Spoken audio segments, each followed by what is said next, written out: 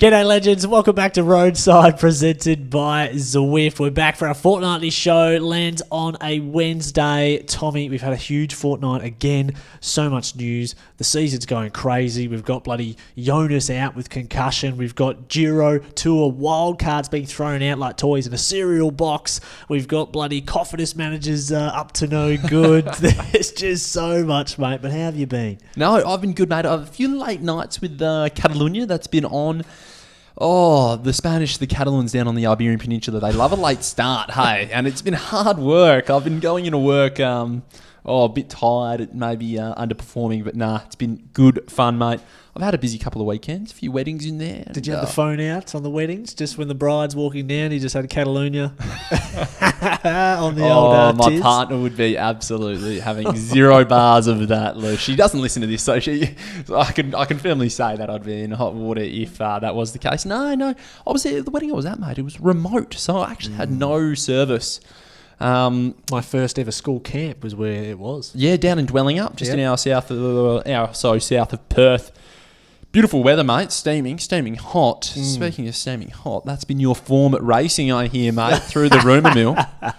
I've got the itch back, Tommy. My new Canyon has just reignited my, and Peaks as well has actually reignited my form. And I've been getting some kilometres in. Yes, you have. And it's been good. Did a bit of racing at Masters last week and got on the break, and I yelled equally at 12 blokes to just rotate like normal human beings, and we did. So it's been good. So you're the conductor in the breakaway? 100%. Anyone that's raced with me knows that I don't shut up when it's racing, but those units wouldn't have got past the third lap in the break if I wasn't there. Put it that way. So it was really good fun. Well, I had someone like you giving me unsolicited advice in the breakaway. I would happily back you out of the breakaway. Last time I was in a group with you, mate, you called Gruppetto. So talk about cold case happening in Collie right now. I just brought up an epic receipt. But, mate, it's been good. Big week. Now, you can't forget... get us on the socials, YouTube, subscribe. We need those numbers. We have particular clauses in our financial contracts that need subscriptions to YouTube. So please do. And Instagram and, of course, all the podcast players. You can listen or watch.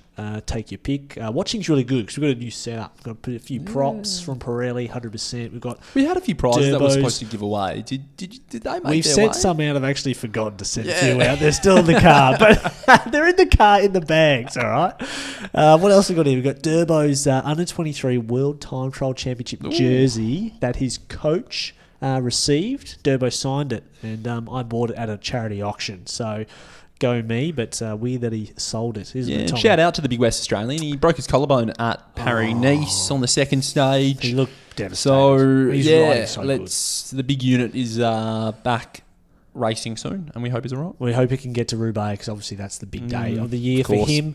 We must thank Zwift. 3 years, over 3 years of sponsorship as our title sponsor here at Roadside. Someone apart from me can put up with you for 3 years. I know. Big shout out to Wes. We love Wes. We love all the crew back in the UK and the US. Zwift had just overhauled, Tommy, their bike and in-game upgrades. It used to be, you got to a point now on Zwift where there's only a couple of bikes that you'd race with because they're sort of the top tier, and everybody's got them. The Tron bike, the SL8, best in the game. Now it's all reset. Riders can now get back on Zwift, as my cats are going wild out there. They are. You can get back on Zwift and you can actually unlock and upgrade your individual bikes. So, that's pretty cool. Ride them more, makes them faster. You sort of unlock performance upgrades. They do such a good job of just the constant engagement, sort of the gamification of what used to be such a hard, difficult process. They've just turned it round and they've made it so easy and just so bloody fun. And that comes from a washed up bike rider as well, who I actually do enjoy doing it. Bloody oath. So we love Zwift, and big thank you to their support. This is Roadside, presented by Zwift. This is the FE Sports Roadside News, Tommy. Click through some of our recent results that have come through, then we'll get through the huge smorgasbord of news that we've got coming through. San Remo, of course, the epic race that it was, MVDP and the great Lorena Webis notched up their victories there. Absolutely amazing. San Remo was so exciting, wasn't it? It was just unbelievable. One of the best ever. For so long, it's such a long day out for starters. Such a long watch for the couch peloton. And the sensational finale that we saw from both races was just really good. It was brilliant to see. Obviously, Wibbers get the win in the sprint. Yep. But, envy. And Matthew Van der Poel. Garner, Mate, wasn't that impressive, hey? It was fantastic. We watched every single kilometre of that race, of the men's and the women's. The women's wasn't that great, to be fair. Borghini tried in the last ditch. Vollering tried a last ditch. But I liked that, though. It's a sprint monument, and we saw one. True. It's a sprint monument in the women's, but I don't think it's a sprinter's monument in the men's anymore. We'll talk about that later. Copper Bartley, Ewan's first race of the season's back, and they started off one sprint stage in that race, and they won it with a full lead out. You know, Ewan was racing against, nobodies really, but I like the fact they sent him to a race that he could win. Yep. They sent a full team to support him for that one stage. They executed the lead out, and that is how you give confidence to a sprinter who's got none. You just got to get him over the line first. Yeah, and I tell you what, I was actually watching this one, mate. I was up late, and they did an excellent job. Yeah. The lead out from such a long time. It reminded me of Team Sky. Luke Rowe at the back, almost just saying, stay to one side of the road. They'd go the long way around, but they just kept this right-hand side of the road from about 25 to 35 Ks out. Yeah, it was. Ben Swift. And it was very impressive. Yeah, good to see them. And Ineos, we'll talk about them later. They are riding like a team, like a unit again. They're they back. really look. They look like the team of old. They just don't have the rise that they used to have. E3 Harabeka was won by Van der Poel, easily done there, dispatching Mads Pedersen, going Good solo. fortnight. It was a very good fortnight himself. Gent Wevelgem we had. It was the Mads Pedersen show. He really kicked the race off and then finished it off in style, a solo, 46 kilometres. And Webus won the sprint, which was a strange women's Gent Wevelgem. It was their 100th win, by the way, but just bizarre that no one tries to attack or try anything with SD Works and just Webus. a lot of attacking. A lot of the people who need to be in the breakaway pulling each other back rather than putting the onus on the big team of SD Works to say, chase, there you go. But no, it was a fascinating one. Strange. Gent Wevelgem, by the way, Mads has won that 3 times and even won it as an under-19, the junior version back in the day. So we're going to talk about our classics a little bit later in the episode. Catalunya was another big stage race on, and Roglic ticked that one off his books in terms of week-long stage races. He has now won, Tommy, 17 of the 22 World Tour stage races. That is an incredible record, and only Eddie Merckx, who was a cheater, really, has won more, 18. So Roglic is coming for that record. I'll get back to that in a moment, the Eddie Merckx remark. It's a cheat. Cramp in my leg. Mate, this is how much form Tommy's in. He's cramping on the podcast. I'm clipping this up, mate, for sure. Absolutely not. Oh, so Roglic... Well, Roglic, he becomes the oldest to win Catalunya as well at that age. 33? Yeah, mid-30s, the great man. Okay. Geez, Slovenia have produced a hell of a few cyclists, haven't they? A couple of champions. It was just Roglification, though, wasn't it? It was. He held on to, Ayuso. He rode Ayuso, but except on the final day around Montjuic, the circuit in Barcelona. Yeah. He went 3 laps remaining, and he caught Ayuso off guard, isolated him, and he realistically just threw down the gauntlet, and he just held off the chasing group. But I even thought if he gets caught by 1 or 2 riders, he's going to dust him up because he's so good anyway.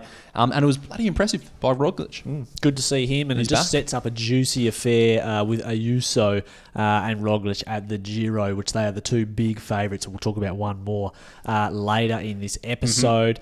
Now, onto our roadside news, Tommy. The big one launched just on Monday. I believe the UCI and the ASO have now agreed to allow 23 teams in their Grand Tours for 2025. It's not just the Tour de France. It is the Giro and the Vuelta. Giro and Tour have already announced their teams. So we see Tudor get the nod for both the Giro and the Tour. So that's Fabian Cancellara's team with Alaphilippe, of course. There's an episode with Fabian Cancellara about Tudor Pro Cycling back in the catalogue, so go listen to that one. And it also means that Q36.5 will gain the wildcard entry to the Giro, meaning that Pidcock, we get to see the great man at the first Grand Tour of the season. So, Tommy, is this fair, adding another wildcard in March when the rules are so clearly set for teams to chase points to get to the end of the season so that they are above the threshold to get those invites. They've now just moved the goalposts and added one more. Yeah, disregard what's fair and what's not. I think this just highlights the fluidity that in this sport in terms of regulations and rule books and the process of, trying to dangle the carrot. You win that, then you get, the reward. This is a classic case of the UCI going, we need to look at longevity here.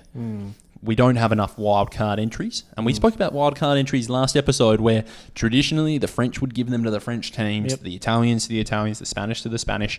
And now that's changed. Ever since sort of Alpecin became a powerhouse as a Pro Tour team, they almost didn't even need to become a World Tour team. That's right. And now Tudor, Uno X, they've done the same. And there's just not enough seats at the table for all these teams. So they've literally just made the table bigger. Whether or not this is the right thing, considering that I think it was about maybe a handful of years ago. 2017. So quite a while ago that the UCI decreased the number of riders at a Grand Tour. The number of teams stayed the same, I believe. But that was on safety reasons. Maybe, though, do you reckon we've increased overall safety, though? Do you reckon riders and stakeholders have gotten better at managing rider safety? I think the conversation is a lot bigger and continuous. So maybe there is ample room now to have another team there. That's an interesting take. The eyes on safety in cycling has increased. I wouldn't say the racing is safer. It's probably, I think there's just more eyes on it these days. It's probably as safe or unsafe as it was for years. But I think it's a good point that you make. Would cycling be better off if they kept the wildcards the same for this year? Well, the answer is no, because then we wouldn't get to see Alaphilippe at the Tour. We wouldn't get to see Pidcock at the Tour. And even though they've made these rules that set these teams on these 4-year journeys to accrue enough points to get those wildcard spots and invites, I'm talking about, of course, those lower teams who are not World Tour teams. Like you said, I think it's good that they could be fluid about it and go, look, we can't have Julian Alaphilippe and Tudor and Pidcock not at these Grand Tours. That's an L for cycling, especially when the replacement is Total Energy. But that's their decision to sign with these teams. They're good enough riders. Pidcock left one of the biggest World Tour teams. So did Alaphilippe. He walked away from World Tour contracts to sign with a Pro Tour team, knowing that he's risking his racing future on the chances of a wild card. I reckon when you take that out, and this just shows you how sloppy the sport is. It's a lobbyist sport. Cancellara, the representative, the owner of Tudor, he and Tudor management, they were well represented at the Grand Depart in France, where they where they presented the Tour de France. The announcement, yeah. And they were all there. No one from Uno X was there. They were all there lobbying for their team to be at the start of the Tour de France in July. So it is quite literally like they've forced their way into this. And they've done it well, and that's why you get someone like Cancellara at the head of your team. He actually does, and you'll hear it in the podcast. If you go back to the Fabian Cancellara podcast, you'll hear him say he's kind of like he's not a team director. He's not even a team principal. He's one of the part owners, and he said basically his role is really to do this. It's to make sure they get in the Tour. It's to make sure they get riders like Alaphilippe, they get Mark Hershey, and God knows who they're going to sign for 2026 and beyond, because they've got a lot of money. He's there to do that because he's the big name, Cancellara. So, it just goes to show the power of having someone like that in your team is absolutely huge. And it means we get to see Pidcock at the Giro d'Italia as well. Like it? I'm happy because, you're a Tudor fanboy, though. I certainly am, but I like it because cycling wins. I love Alaphilippe, and I want to see him at the Tour. And part of me thinks cycling loses when you see this. It definitely sets a poor precedent. It just means you sign the right rider, you can get into the Tour. And to be honest, that's been the case. It's a money sport. It is a money sport. And Tudor, let's not forget, they are one of the main sponsors of the Giro. And I think the Tour as well. You look on the website, move over Rolexes, they now get given the Tudor watch on the podium. Yeah, they certainly do. And just quickly before we move on, Q36.5, Doug Ryder, he has turned this team around, hasn't he? Again. They have gone from Dimension Data, the heights of the World Tour Professional, the calendar, the Tour, winning it all, having Cav, to literally scraping the pesos together to be able to find a team, to now he's back at the Giro. It's impressive, and again, I'm not Very pumping up the tyres here, but we got him with the very first exclusive interview with Doug Ryder, the principal owner, the guy the visionary of Q36.5. Go back through the catalogue. That was the very first one he did, was with us. So, you can hear his thoughts back then, and it echoes what he was trying to achieve today. So, you're right, these people need to get their clout, because it's a tough game to fight. And, we'll chat about Pidcock a little bit later as well, talking about the Giro, talking about starting on the line and big names at the start list. Pogačar confirmed to Roubaix, Tommy. Just the Vanderpool-Pogačar duel. We get one extra race. It's fantastic. Yeah, geez, wasn't this one of the biggest news stories that's come out in so long? And it was an interesting follow, There was talks and interviews that came out that the decision was made before Strada Bianchi. So following on from that, he had that crash at Strada and he just said, I'm doing it, And I think I found the most interesting thing about this is that he does what he wants. He's become bigger than the team. He has. If the DSs say, we don't want you to do that race, or how he actually races tactically, he just does what he wants, which is interesting. He has become bigger than the team. And you got to remember too, people listening, Pogačar's got his goals that get set out for the year, but when they sign other riders like Navarrez, like Niels Pollitt, like Gianni Vermeersch, when they sign those riders, yes, they are signing up. They know most of the time they're going to have to work for Pogačar, and they're happy to do so because the guy wins, he'll get bonuses, he'll give him a few watches and some money, but they will have in their contracts, okay, I get to be leader here, here, and here. But when Pogačar turns around and says, you know what, I'm doing Roubaix, well then Niels Pollitt and Gianni Vermeersch, they look in their contract and go, hang on a second, you promised me leadership, or at least co-leadership at Roubaix. Now what? I've got to work for Pogačar, and it creates tension, and that tension has been reported. It is there, and if it goes on forever, it might lead to a point where riders start to leave. Riders might start to leave, but I've heard that riders will leave and it will not hamper the team at all because they have the budget to just bring in riders. Yeah. And the riders at UAE, they're getting paid, the domestics are getting paid more than anybody else in the Pro Peloton because they are some of the best. Yep. And, they will just literally go out. They'll go to someone else and say, we'll give you $1 million, come ride for Tadej. And people do it. That was the contract that Mikhail Kwiatkowski was on at Ineos. They pulled him from Quick-Step when he was a world champion, and they put him in a domestique role. They gave him 3 or 4 races a year to race for himself, but he was the man getting paid the most in the peloton for a long, long time before Specialized and Sagan came together. And he was riding mostly as a domestique for the Ineos Sky Train. So, geez, it's an interesting one, but looking forward to talking about that in our Roubaix preview, our mega preview, Tommy, that will be coming up, probably the Wednesday before the very last excited Sunday for that. And Flanders as well later on. That's right, Flanders preview coming on this Wednesday, so we'll make sure we're all ready for Sunday's race. Now, it's going to be good. Speaking of continuing the start line focus, Vingegaard was confirmed that he had a concussion following his crash at Paris-Nice. It wasn't not Paris. It was a Paris-Nice. Paris-Nice. He did an interview afterwards with Wildcard, I think it is, the Dutch news outlet, and he was quoted saying that he was actually off his bike for 9 days following that crash, and he had a concussion. It was confirmed, and that means he misses another preparation race in Catalonia. It also means he misses, let's say you're off your bike for 9 days. You're not coming back on the 10th day and starting intervals. You're probably waiting another week before you start more targeted training. So let's say that's close to 3 weeks off the bicycle.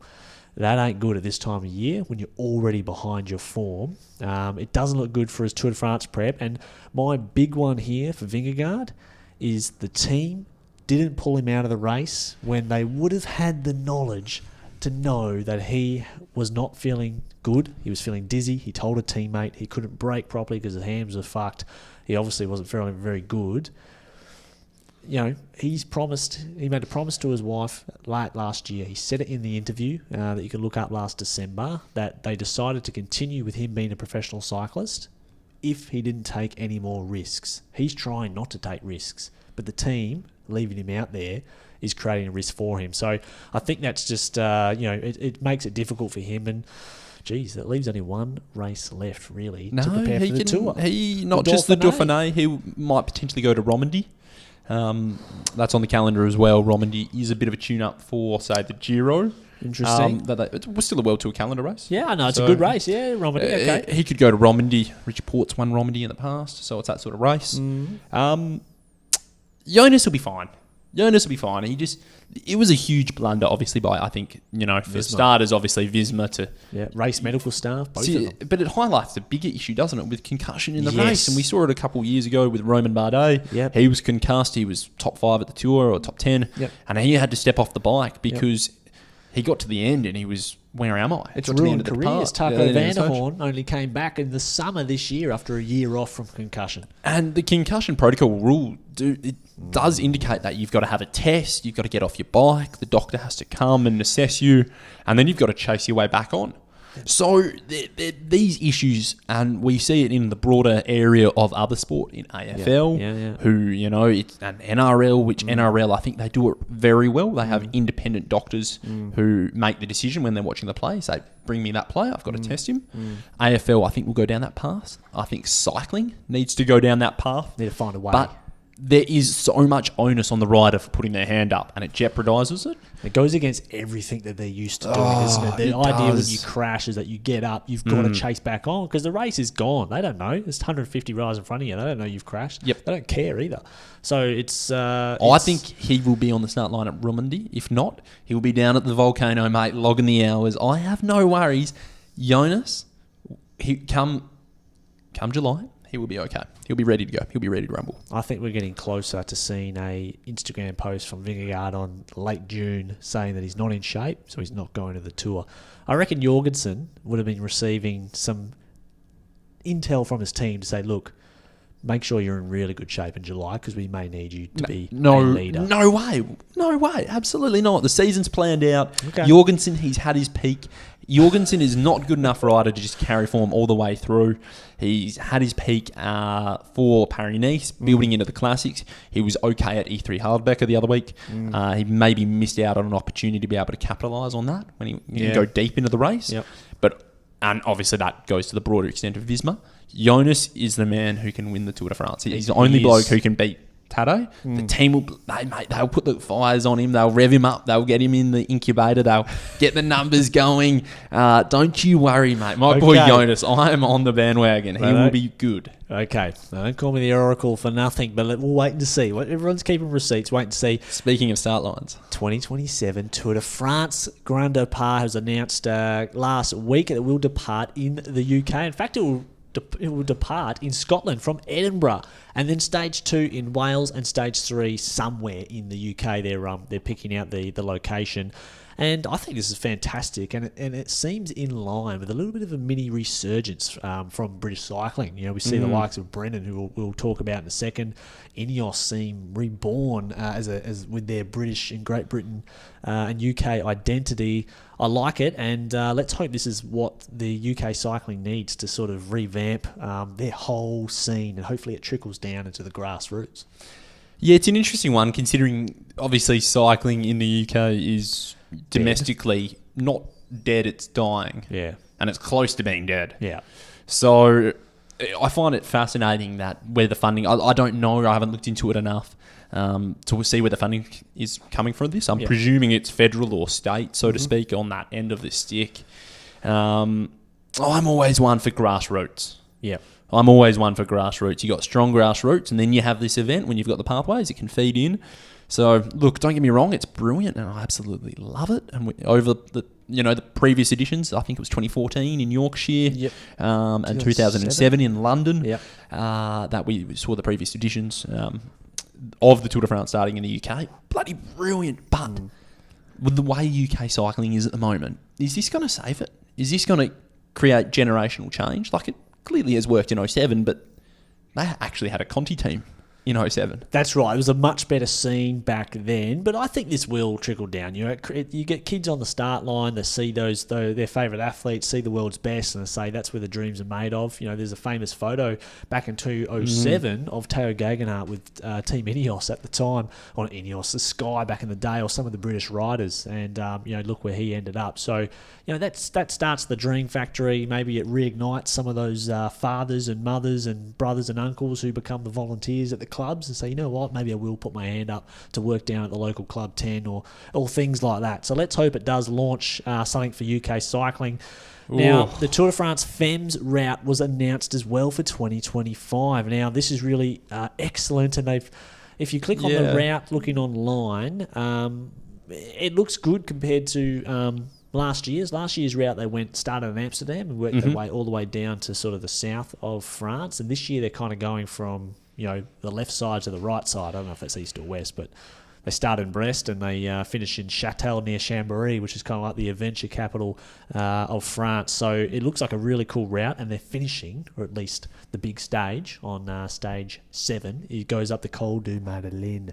And that one, the big finale, up to 2,000 metres. That's 18 kilometres at 8.1%. Setting up, Tommy, a mouth-watering repeat, hopefully, of last year's Vollering, Nieuwe music and Roejakkers, and let's hope Van der Breggen as well for the finale. Yes, race director Marianne Rosé, she's done a stellar job putting this together, mate. But look, Alaphilippe's wife. Yes, she is. She's quite a power couple. I'm looking at this. I'm looking at the parkour. I'm looking at the road. Yes.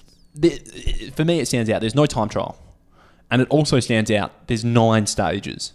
Mate, do you not think that they're due for a longer race? Oh, they need to be at 10. I think they're ready for 10 stages, for sure. They're ready for 10 stages by now. I reckon 12 is going to be where the women's cycling probably sits over the next 5 to 7 years. But, yeah, 9 stages is enough. A TT, I can take or leave a TT. The race of truth. Yeah, I know to win it's the biggest race on the truth. calendar. I know, but it's just, I don't know. I prefer it on the mountain stage rather than a TT. That's what I'd prefer. But it's good. It's different to last year. There's much more sprint stages there are. online. And it puts the first stage, which is sort of a hilly stage, starting in Brest, finishing in Plumalay. I don't know. It's Plumalec. You spell it Plumalec. I have no idea. I'm not going anywhere. If it's Spanish, it's a bit of a hilly stage, the first one, a punchy stage, and then the next 3 stages are all sprints. So if you win that first stage, you take the mileage on, the yellow jersey, you can hold it till stage 5, and that is a huge lure, not just for the personal rider, but for the team. Yeah, it does have a bit of a traditional feel about it, this route, this parcours that they've chosen, particularly with the race starting in the northwest corner of France up near Brest. Traditionally, over the years, when we've seen these sort of starts, obviously the footprint that we're reflecting upon is the men's race, and it's been the likes of that traditional first opening week of some sprint stages. Yep. My mind immediately casts its back to Marcel Kittel days, where you'd take a couple of stages, the big gorilla, and then the race would transition south. Yep. And it certainly does. They go across the Central Massif before making their way across to the Alps and into Chambéry. So it's a good pattern. It's a straightforward format. It's a tried and tested sort of opening week of racing that we've seen over a number of years. Obviously, you throw on the extra 2 days. But I want to see a time trial. Okay. All right. Well, but I like it. It's good. Let's hope they continue. They add the time trial. They get to 10 stages in 2026. But it does look very exciting, and there's so many contenders for that overall GC, which we'll talk about when the time comes in July. Now, this is an interesting one. Cofidis boss, Frédéric Vasseur, or ex-boss, by the way, was accused last week of toxic management style and just... this guy's a stinker. It was brought up 2 weeks ago. He was flicked from Cofidis, and here, listen to some of these things that the team and some of the riders have said that this is what he was operating like.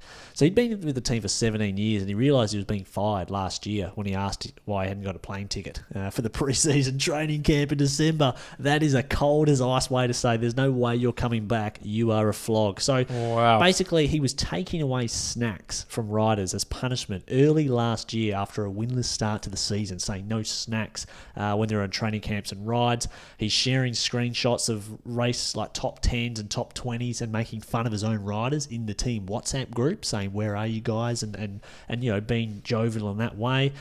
Last year, they were also complaining, the riders, about the new kits they were gotten. Apparently, they weren't at the right size, and they were like sponges in the rain. They weren't good enough. Vasseur Kit managers had a nightmare, eh? Yeah, the kit manager had a stinker. And then Vasseur's told them the riders have the kits they deserve, because that, of course, was when the period when they weren't getting any wins. Race schedules for riders were changing on a whim.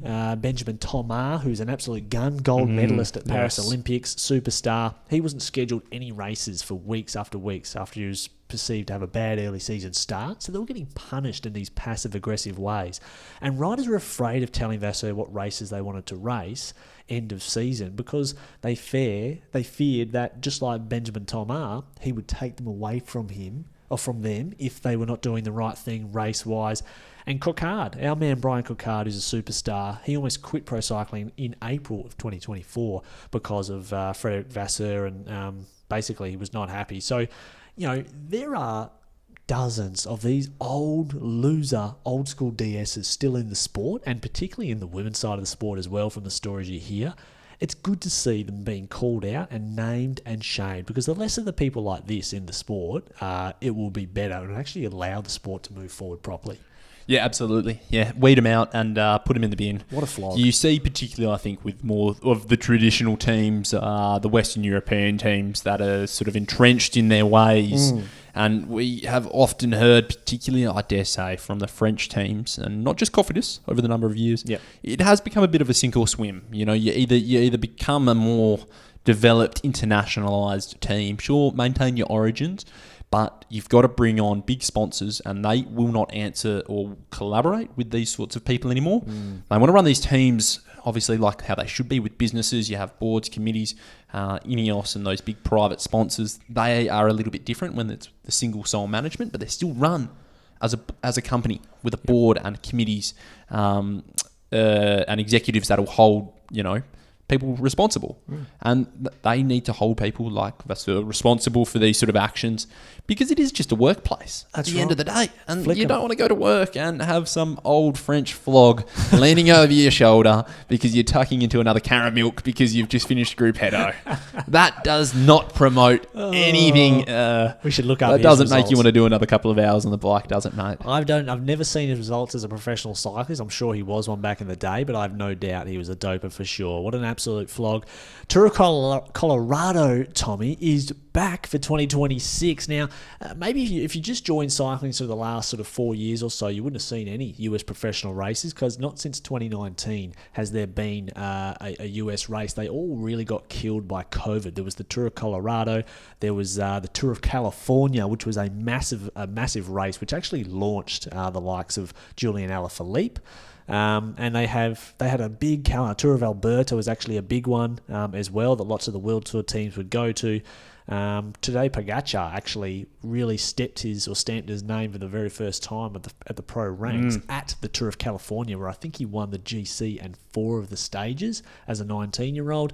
And it sets up a really good launch for US pro cycling to sort of get a springboard like we hope to see at 2027 in the UK, because some of the riders that are in the pro peloton right now are huge. We've got the likes of Matteo Jorgensen, we've got Seb Kuss, we've got Quinn Simmons, who won during the week, McNulty, Sheffield, Chloe Dygert. There is a range of big names. AJ August, a new youngster coming up for Ineos. So there's big names in the US for young riders to look up to, and let's hope the Colorado in 2026 comes back with a force. Yeah, it's an interesting one, isn't it? It's been good for a number of years. Just quickly, maybe 2028 Olympics have something to do with rejuvenating that in LA. Right? Beautiful. There could potentially, just from what I've heard and understood, that could be just a bit of another incentive to try and have a bit of a ticker. Well done. Great call. That's really good. Every now and then. Well Every done, now and then, mate. Yeah, not just cramping up at the podcast desk. Speaking of, we had Frédéric Rip through. Yeah, I know. Valverde is the new national coach of the Spanish team. He just won't go away, will he? Retired, then he became a gravel professional. Now he's the new national coach of the Spanish team. He's working for his Spanish pension. He wasn't known as a tactical masterclass, was he, Valverde? He just basically doped, or he sat on and won the sprint. He's a fantastic fantastic side. Cut that up and post that. You'd have all the Bring 'em chicos, the on. hombres. They're going to be on your front door. On, El Chilito. He is a mythical man over there. Mythical. Down that part of the coast, down where he's from in Murcia. They just adore him. It is unbelievable, the culture in Spain. The past grievances of one's own history are quickly forgotten. They are. It is a fascination. Apparently he's a great bloke as well, and he's really well liked in the peloton. And he had a good demeanour from what I heard. He understood there's rules. He is old school. Anyway, tactically, move on. We were perfect. That was the quality line. So good on for him. Speaking of unperfect, this is not perfect for Visma, who are just having a stinker so far this year. Christophe Laporte is out for the Classics season. The Classics team really in tatters as he is battling. I don't know what it is, but he's out of there. He hasn't really done anything since he was gifted that Gent-Wevelgem win by Wout van Aert. And Wout van Aert, speaking of the Classics team, he seems a bit lost. So Visma, they're relying a lot on the broad shoulders of Jorgensen for the big races of the Classic season. Yeah, well, hey, it's a big one, isn't it, Laporte? Yeah. Only a season or two ago, it was Laporte, Wout, and Where's then he there was gone? all this talk of, they're bringing on guys like Campanarts to be doing this grunt work, and, they never ever replaced, they've also lost Olive Coy as well with a broken collarbone. Just yesterday, yeah. Nathan Van Hooijdonk, they never really replaced a rider like Nathan Van Hooijdonk who was out with heart issues.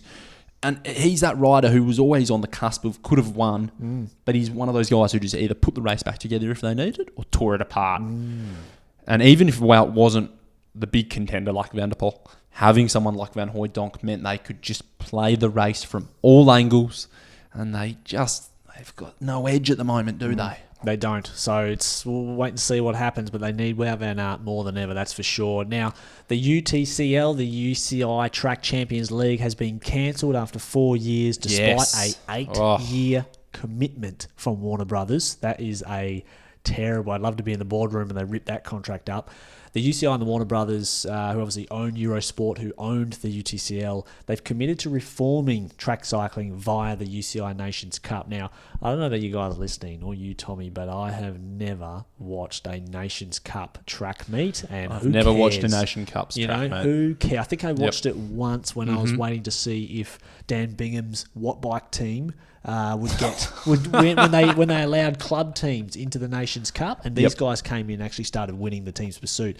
So that was the only time I ever watched it because it was interesting. But let's see what they do here. It's just another example of Warner Brothers coming in, destroying our Eurosport, GCN Cycling Plus app, and now turning it all to to Discovery Plus. It's just a shame because that really was putting track cycling back in the limelight, making it interesting. Yeah, it certainly was. I won't say a bad thing because I'd like a job with them, but it is a disappointing thing, isn't it? The track, I thought it was entertaining. I thought it was bloody good. It was ahead of its time. Heard that the race director resigned from his post. He announced it on LinkedIn, and then the cookie crumbled. Then the pyramid went down. So it's a disappointing thing. But hopefully we see a resurgence of some sort. I know they are going to rename the UCI Track Nations Cup. They're going to rebrand that. Good. So. Oh, look, I'm not going to hold my breath on this. Me neither. But I hope if they do bring it back, it's at least with some of the remnants that they use for the UTCL. Now, FE Sports. We love FE Sports, Tommy. Great sponsors of our podcast here at Roadside. The new the new Wahoo Element Ace. That's their new... It's the big one, isn't it? Computer. That's the biggest touchscreen in GPS computer history. That is on the Element Ace. And actually, I can tell you a little bit of secret news for all the listeners. Yes, I've heard this. There are 2 new Wahoo products coming out imminently, and we may be sent one of these products. Actually? Yeah, legit. Legit. So let's just wait and see on that. But we love Wahoo. After Peaks, mate, because by the way. That new product you spoke of, I think it might have won Gent-Wevelgem over the weekend. That's breaking embargoes, Tommy. As you know, after Peaks, of course, I did the magical 10-hour ride, and I didn't have any of Valverde's cereal, that's for sure. I still had 27% battery left on my Wahoo Element bloody Bolt. Impressive. That Bolt is 4 years old. I had 27% battery, and I was running maps the whole time. I had power meters. I had bloody glucose monitors. I had every bloody Bluetooth connection you could ask hooked up to me, and 27% battery left. So pretty impressive battery life, and that is why we love Wahoo. So, Tommy, the big three in the classics. Once upon a time, it was Wout van Aert, it was Mathieu van der Poel, and it was Tadej Pogacar and or Tommy Pidcock, depending on what his focus was at the time. Now, the big three are Van der Poel, Pogacar, they remain, and Ghana. But really, it's the big two, isn't it? It's just Pog and Van der Poel. Oh, yeah, it certainly can be. I think you're missing out a few names there as well, though. I think you're getting the likes of even Jasper Philipsen. Philipsen has been so unlucky. He was, he won Milan-San Remo last year. He did. He was second at Roubaix. Pretty good. He can go to World Tour stage races and win the sprints. Classics. The cobbled classics. Yeah, he wins stages there as well. If you're going to put Ghana in there, or who's missing? Mads Pedersen is the one. I think you'd pull Ghana out and you'd be putting someone like Philipsen in. No. Philipsen was there with Mads Pedersen in the final move, and then he had a puncture. Of where? On Gent-Wevelgem. Yes, I know. So he's he was had there. some bad luck. Some serious bad luck. So let me just rephrase that. It's the big two, Pog and Van der Poel. And then my opinion, the next tier is Ghana and Mads Pedersen. That's the next tier. But they are just, when it comes to crunch time, they're not close to Pog and Van der Poel. Yeah, no, they're not. And Van der Poel and Pog, they just have this different level. Obviously, we've seen it, Strada, even at Milan-San Remo, where Van der Poel's able to hold on to Pogacar. It is seriously impressive. And even Ghana came out and, they said, oh, what a result. And he said, yeah, it is a bloody good result, isn't it, against these two? Yeah, absolutely. He was very happy with that. I think we'll see a closer level between Ghana and the big two in Roubaix. I think that's when we'll see the raw power of Ghana actually bring him up maybe a step closer to the top two. Mads is such a good cyclist, but he's just missing that top end. And then I think the tier below that is daylight. I think, in my opinion, is daylight between the next tier. Then you've got your Philipsen, you've got your Welland, you've got your Jarni Vermeersch, Jorgensen, Wout. I mean, Wout has fallen so far. Pidcock as well, but it's just Pidcock is more race selection. If he's selecting the classics, focusing the classics, he's in the Ghana and Mads section. I'm putting Philipsen right up there. Yeah, as well. I agree. I reckon he's with the Mads section. Punches in classics. He's won Milan-San Remo. I know, but I'm talking about cobbled classics here. Punches in classics and bad luck and mechanicals here doesn't often happen to the best riders in the business, and that's because they know how to ride that harsh terrain. There is actually a skill. The people with all the power in the world just go and slam their front wheels into cobbles. They get punches, and then it screams bad luck. But really, maybe they just needed to ride a little smoother. I'll bang on about the Philipsen. He won Kerner Brussels this year. He was third at Omloop.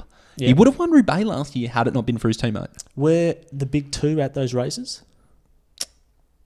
Oh, mate, you're challenging my brain. They were department not. At the moment, they were not at either of those races. That's my point. So they'll win the races when the big two aren't there. It's what we saw with Mads at Gent-Wevelgem. It's what we saw at E3. Whenever the others aren't there, the others win pretty easily. But I like Philipsen. I'm not disputing he's very good at the classics. But when the gun goes down and the big two go, nobody can go with them. The only two who maybe could for half the race is Ghana and Mads.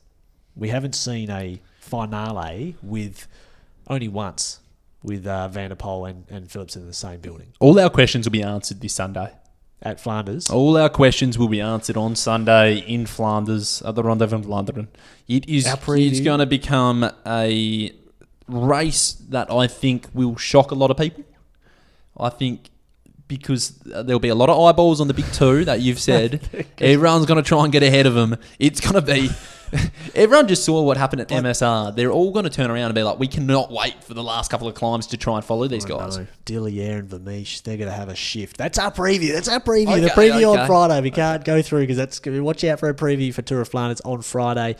Now, taking stock. Taking stock of those guys. Take stock of something else. Okay, so Giro is coming up in May. I love the Giro. It's on a great time, especially for us here in Perth. It's a beautiful race. The Giro leaders' jerseys just majestic. The Italian fans, beautiful. We're getting Ayuso versus Roglic and now versus Pidcock in the GC fight. You're not getting Pidcock in the GC fight. He's not going to have a crack? No. He went for GC at Tour of Oman. Yeah, because it's so much. You are not getting Pidcock doing the GC. He is not a climber. He cannot do this. He's not a climber. He's one up Alduez. Dropped Chris Froome. Oh, he's not a GC rider. Okay. He's not. No way. He doesn't want to be a GC rider. He said that last year. Okay, but that's bullshit because he turned around and he had a crack with Steve Cummings because Steve was like, I don't think he can win the Tour de France. And he said, no, I can win the Tour de France. I can do anything because I've been in an environment in which I can do anything. Well, he's in great form, probably career best form. Would you not, at least in the first week, be surprised to see Pidcock still in the top 10 on GC with all the other punters that are in there within touching distance of Ayuso and Roglic? Because I wouldn't be surprised at all if he's still there. He's as good as them on most climbs. Maybe in the mountains of the third week, let's see. But, I mean, I tell you what. What do you tell me?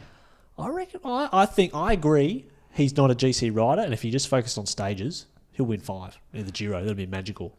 But I think he'll be close on GC for a lot of the race. Oh, I think... Until it hinders ability to win a stage. Because on the punchy stages, he'll beat Ayuso, he'll beat Roglic. No, because of the Giro, you see these guys, okay, we're going to be close on GC. They're going to lose a handful of minutes every couple of hard stages. Pidcock, if Pidcock rides himself to the bone, he could finish like, let's say... Simon Geschke, who finished 14th, better climber. Pidcock's a better climber than him. But yes. Geschke's finished 14th and he's 33 minutes down on GC.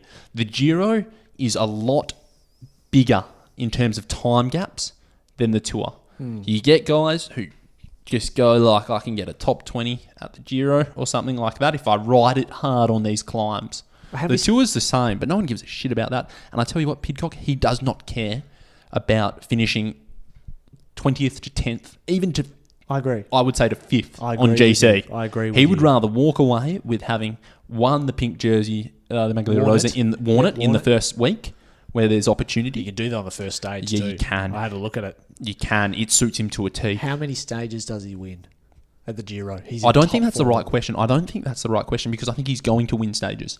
I think the right question is, how many stages? What's the par for him at the Giro? What's the par? Wow, I think the par is 1 stage. Okay. If he ends with a 1 stage win in the Giro, that's pretty good. I don't think he's won. How has he even gone to the Giro before? You're talking him up to say that he should ride GC. No, I wasn't. I wasn't saying he should. I was just saying that I bet you in the first week he'll just stay there, and that's what riders do. If all of a sudden he's like, well, actually, this hasn't been this hard yet, I'm still on GC. They always do it. I don't want him to. But the thing with Pidcock is he can win stages if he's in the GC group because he's got the kick.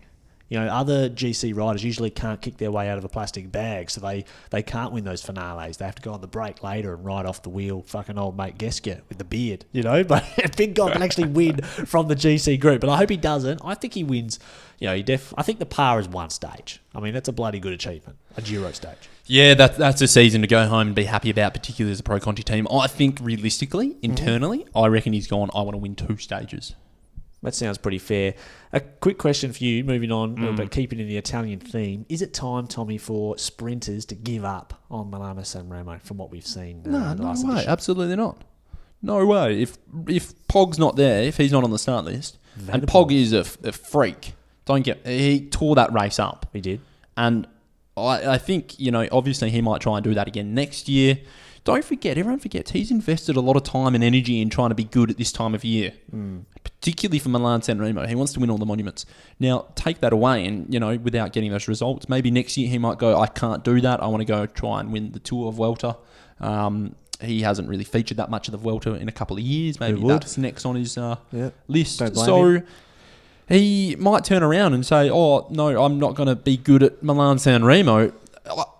Milan San Remo is one of the only monuments that outright sprinters can win. There hasn't been an outright sprinter win it since Demar held on to that car. If you're in good form, you got to have good luck in bike races. If you're in good form, you roll the dice. Could be a block headwind on the Cipressa, the Poggio. You get over the top in a group of 40. As was the old days, they ride someone down. You win a bunch sprint.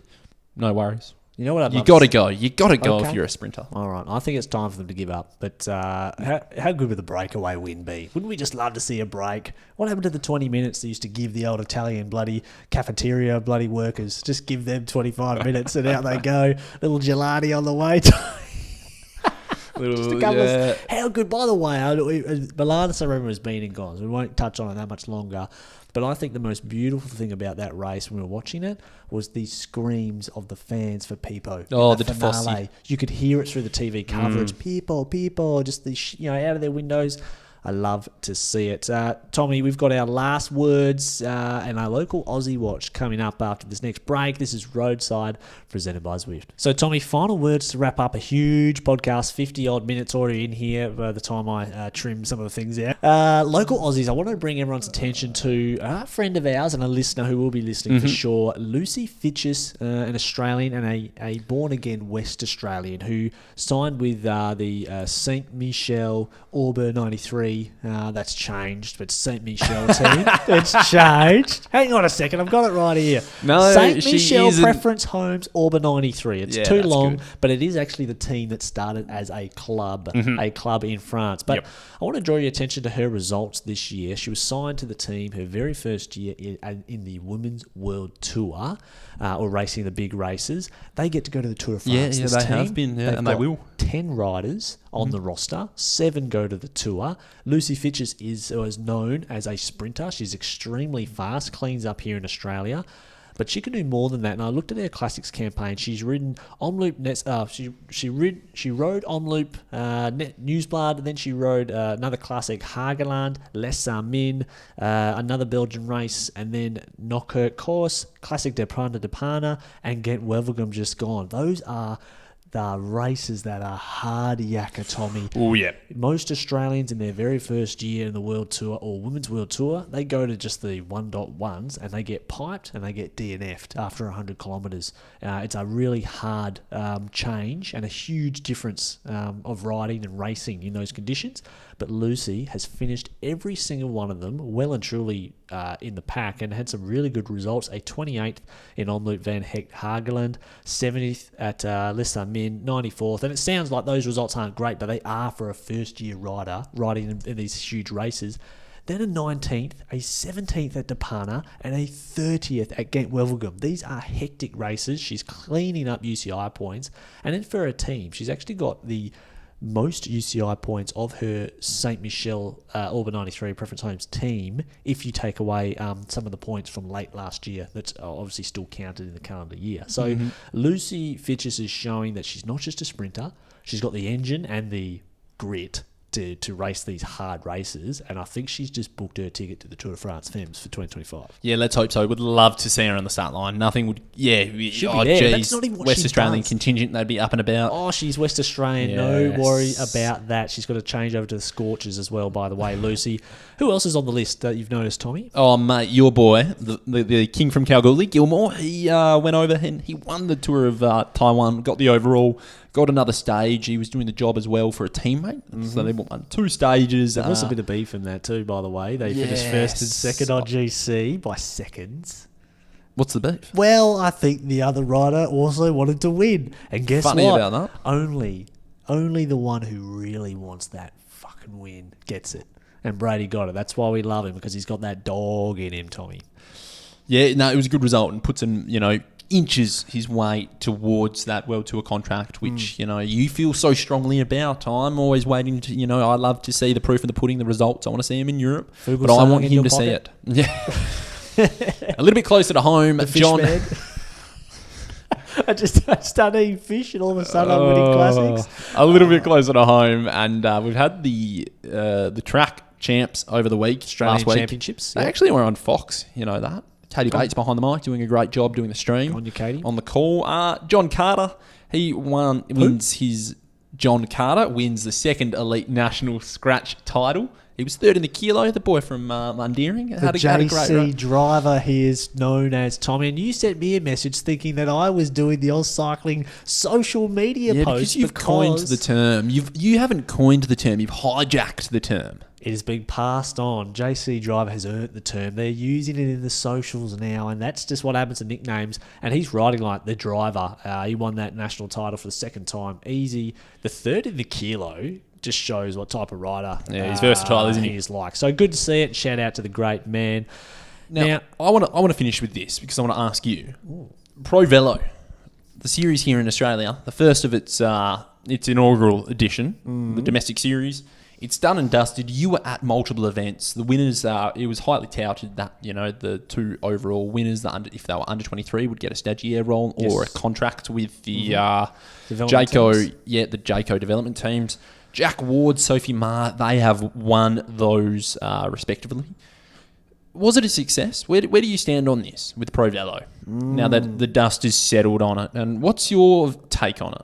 Tough question. I think it was an overall success. I think their events were delivered really, really well. The team behind it was sensational. Oh, 100%. And Karen Jones is, you Elite talk about, operator. you see a lot about, you see, of course, Matt Wilson doing a great job behind the scenes, Dan Jones, Turtle, of course, doing their stuff on the socials. But the actual infrastructure of every race happening is Karen Jones and her team. And there's only one person in Australia, probably in the world, that could put the Pro Velo and deliver it in every state the way it was done. And it that was so Karen. Tight as well between events. It's like 1 week breaks that, and this is most of the people in the team as well have full-time jobs, like myself as well. To be honest, I passed on the last 2 events because I was just cooked and I just needed a bit of time at home, to be fair. And I think it was a great success. Is it sustainable for years to come? I don't think so. But as long as it comes back to at least 50% of what it was this year, I think things would be all gravy. And to be honest, I'd want to be a female when it comes to this, because the stagiaire contract for the men's side of things is from August to December, and this year you get 3 months versus you get the full year with the Live Development Alula team for Sophie Ma. So and if you're performing at the Live the continental level in their development team, you can get pulled up into that stagiaire. Into the Women's World Tour team. So it can be a little bit more revolving door. We do see that with Mackenzie Copeland, who, she's on that list there with the development team, and she's been pinch hitting at the World Tour level and doing some pro races there. Quite well this year as well, Mackenzie. Really impressive and taking a step forward. Good to hear your thoughts on it as well. And your understanding of the domestic scene, I think, is you're really in touch with it. Two more riders, Tommy, by the way. I just want to give out 2 names who I think really should be the ones to watch for in the future. In the women's side, it's Talia Appleton. She lives out of Mansfield. She's not really in that that sort of New South Wales, Victoria bubble. She can't race all the races all the time, being out of Mansfield. She's a superstar. She's the one that has the highest ceiling for sure, Talia Appleton. Brilliant. And I actually saw her folks when I was going up Green Hill in Adelaide. People, I was going backwards. The parents were going past me, so they come from good stock. They are. And on the men's side, I think the biggest talent to look at from he's stepping into under 19s next year is Connor Wright. Connor Wright, the mountain biker. This man's power is unbelievable. I heard about some of the numbers he was doing at the Tour of Tassie final stage, which I think he finished 6th on the hilltop finish. He's 16 years old. This guy, incredible, and I hope he's got a really good agent because, To be clear, he got picked up pretty late and riding for ARA cycling at the moment. But his ability to be able to step in a race, and I saw it as well at Tasmania, even from the stream, was just his capacity of handling the bunch and really being assertive as well. Oh, yeah. He wasn't bullied. He didn't get intimidated by Brennan or these bigger teams. So it was impressive. Domestic series in Australia, done and dusted. Winter's around. There's not much racing on the calendar. Let's see how they go in Europe. We've got our Flanders preview, Tommy. It's coming up on Friday, so I hope everyone enjoyed this episode, a bumper episode. I'm looking forward to recording on Thursday night with you, mate. Yeah. Well, are we going to do it over a Belgian beer? I think so. I've got a Quaremont beer in the fridge. Legit, I've got one in there. You got 2? No, but there's a Duval.